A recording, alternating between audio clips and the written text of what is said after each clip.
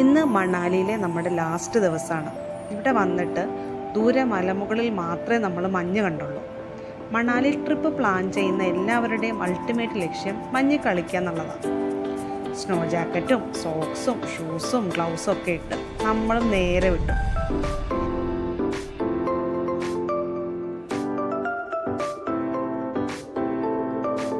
പോകുന്ന വഴിയൊക്കെ എന്ത് രസമാണെന്നോ. ചുറ്റും മഞ്ഞുമലകൾ, ക്രിസ്മസ് ട്രീ പോലത്തെ മരങ്ങൾ. ശരിക്കും ഇപ്പോഴൊരു മണാലി ഫീല് കിട്ടുന്നത്.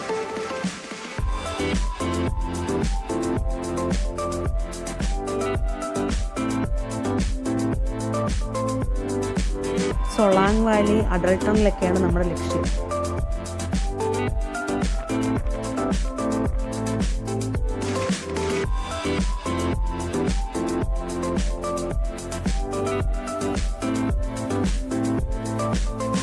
സാധാരണ മണൽ ട്രിപ്പ് പോകുന്ന ആൾക്കാർക്ക് സൊളാങ് വാലിയിലൊക്കെ നല്ല മഞ്ഞ് കിട്ടുന്നതാണ്.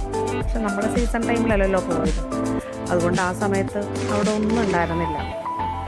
സൊളാങ് വാലിയിൽ മഞ്ഞില്ലാത്ത കാരണം നമ്മൾ അവിടെ ഇറങ്ങിയില്ല, നേരെ അഡൽട്ടണിലേക്ക് വിട്ടു.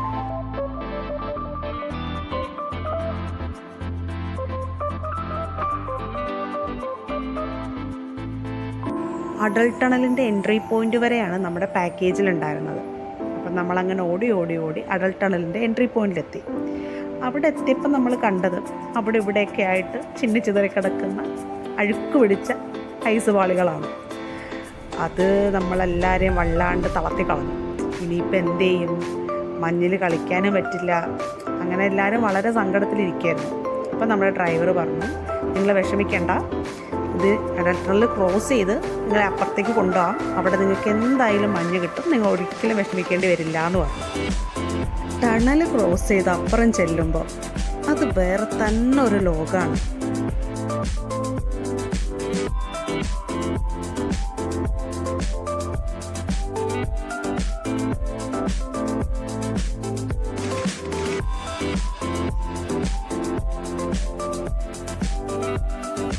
മഞ്ഞ് കണ്ടപാടെ എല്ലാവരും ഭയങ്കര ആവേശത്തിലായി.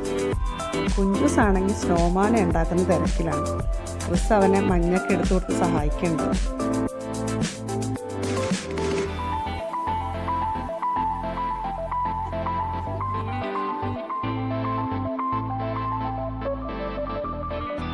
കുറച്ച് കഴിഞ്ഞപ്പോൾ കുഞ്ചൂസും ക്രിസും കൂടെ അബിയുടെയും സുമേഷിൻ്റെ അടുത്തേക്ക് പോയി. അവർ ആ മലയുടെ മേലെ നിന്ന് വിളിക്കണ്ടായിരുന്നു.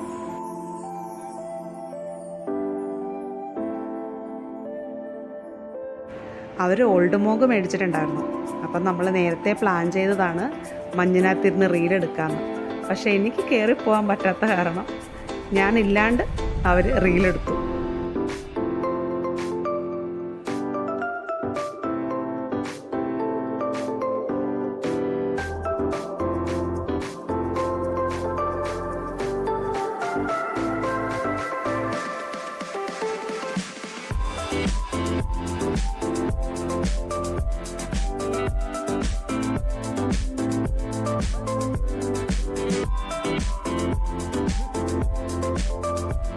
നമുക്കെവിടെ പോയാലും ഫുഡാണല്ലോ പ്രധാനം.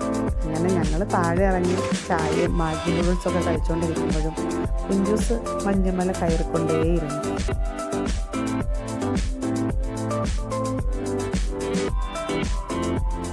ഒട്ടും പ്ലാനിങ് ഇല്ലാതെയാണ് നമ്മൾ മണാലിയിലേക്ക് യാത്ര തിരിച്ചത്. പക്ഷേ ഒരുപാട് നല്ല ഓർമ്മകളുമായിട്ടാണ് തിരിച്ചു മടങ്ങുന്നത്.